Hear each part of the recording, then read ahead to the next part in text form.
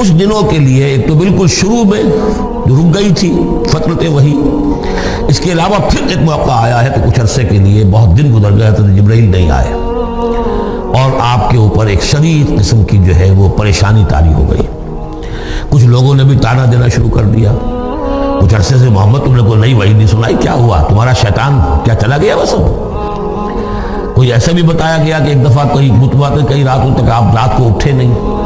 تو کہا وہ تمہارا شیطان تمہیں چھوڑ گیا ہے۔ کوئی ساتھ کے رہنے والی عورت جو تھی کہ رات میں نے سنی نہیں تمہاری جو پڑھنے کی جو تم پڑھا کرتے تھے، شاید شیطان تمہیں چھوڑ گیا ہے۔ خود آپ کو جس قدر ایک اشتیاق رہتا تھا کہ وہی آئے اور آپ کی وہ روح کو جو ہے مزید اور غذا اور تر و تازگی جو ہے وہ مسلسل ملتی رہے، اس کی وجہ سے یہاں تک آتا ہے کہ حضور فرماتے کہ اس درجے میں رنج اور غم میں تھا کہ میں سوچتا بربنائے طبع بشری، اس درجے حضور کے اوپر جو ہے یہ شاخ گزر رہا تھا کہ وہی کیسے بند ہو گئی، اور اس میں یہ بھی تھا کہ اللہ ناراض تو نہیں ہو گیا، کیا مجھ سے کوئی خطا تو ایسی نہیں ہو گئی، یہ سبب کیا ہوا ہے؟ یہ ہے وہ کیفیت کہ جس کے اندر یہ آیتیں نازل ہو رہی ہیں۔ اور اب آپ اس کو سمجھ لیجئے کہ اس کا نفسیاتی اور انسان کی باطنی کیفیات کے ساتھ کیا تعلق ہے۔ انسان پر دو طرح کی کیفیات طاری ہوتی رہتی ہیں، جیسے میں نے پہلے ایک دفعہ آپ کو بتایا صدیق اور شہید کے درمیان جو فرق ہے بنیادی،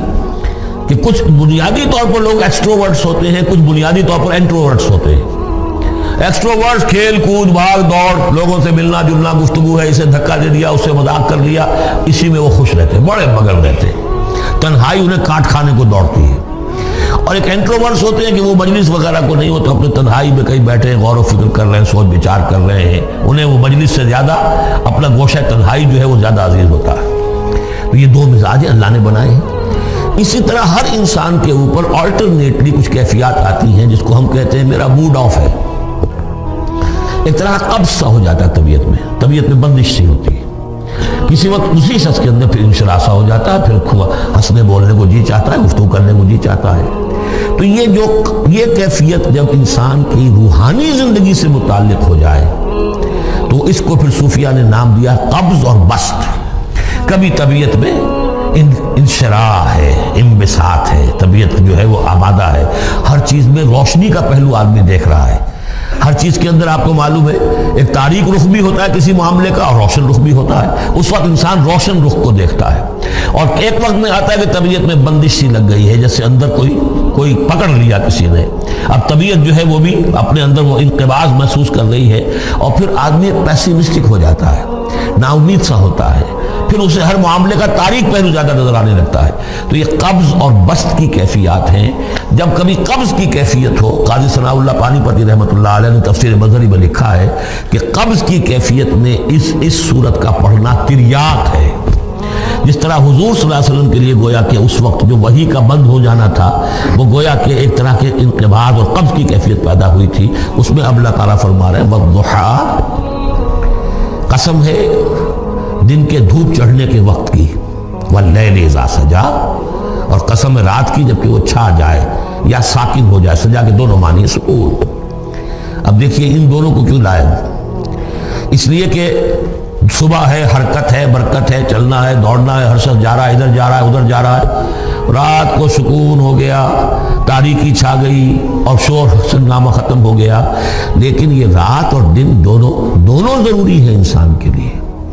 یہاں کا نظام چلانے کے لیے۔ اگر رات ہی رات ہوتی تب بھی یہ دنیا نہ چلتی، اور دن ہی دن ہوتا تب بھی نہ چلتا، تو رات بھی ضروری ہے۔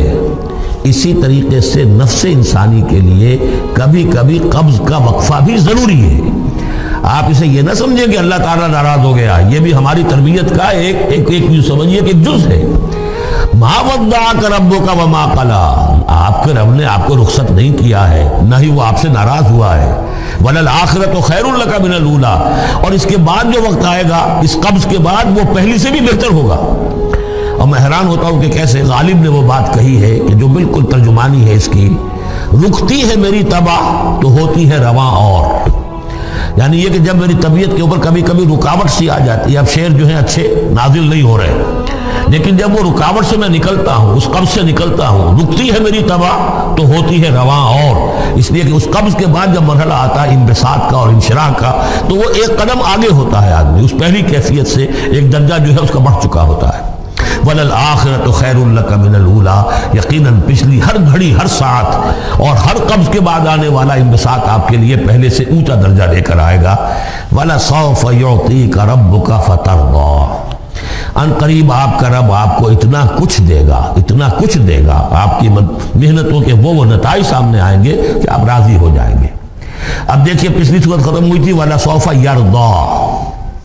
یہاں ہے وَلَسَوْفَ يُعْطِيكَ رَبُّكَ فَتَرْضَىٰ، صرف ضمیر کا فرق ہے، کیونکہ صدیق پر وحی نہیں آتی، براہ راست خطاب نہیں کیا جا سکتا، وہاں وہ صیغہ جو ہے وہ غائب کا ہے، وَلَسَوْفَ يَرْضَىٰ۔ اور چونکہ نبی وہ ہے جس پر وحی آ رہی ہے، براہ راست مخاطب ہے، تو وَلَسَوْفَ يُعْطِيكَ رَبُّكَ فَتَرْضَىٰ، آپ کا رب اتنا کچھ دے گا کہ آپ راضی ہو جائیں گے۔